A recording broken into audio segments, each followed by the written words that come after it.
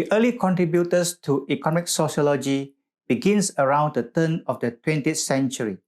Economic sociology has peaked twice. The first time was between 1899 to 1920 with the classic theorists, and the second time started from the early 1980s, specifically after Mark Granovetter's groundbreaking article published in 1985 that posed a big challenge to economists.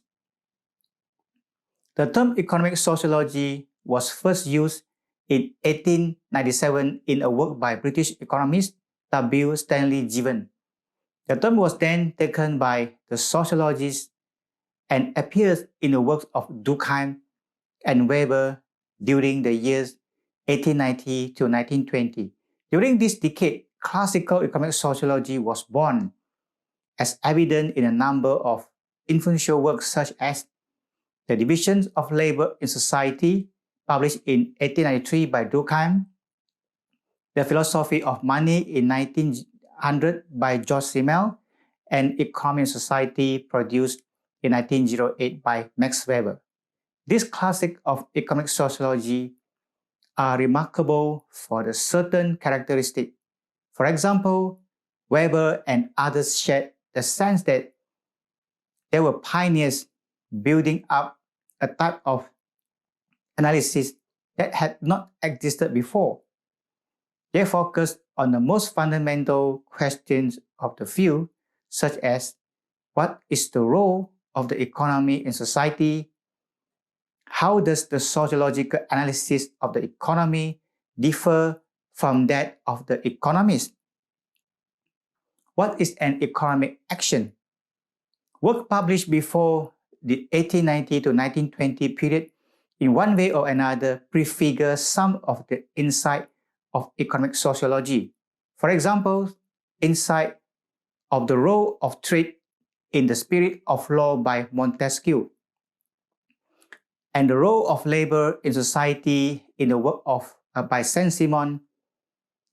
In the Spirit of the Law, Montesquieu described the various forms of distribution of political power among a legislature, an executive, and a judiciary. He believed that uniting this power would lead to despotism or authoritarianism. According to Montesquieu, in monarchies, the aim of commerce is mostly to supply luxuries.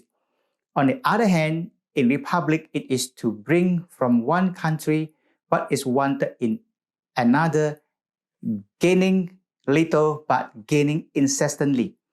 He described commerce as an activity that cannot be restrained or controlled by any individual, government, or monarch. He believed that commerce has had an extremely beneficial influence on government.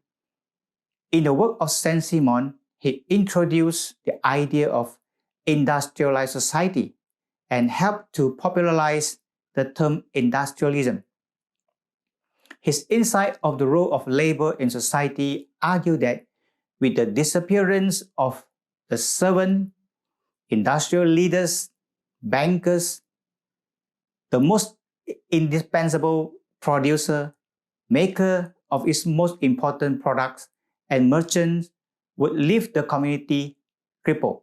His central theory was that society should be organized in an industrialized order controlled by leaders of industry, where the material resources of the country would be fully utilized.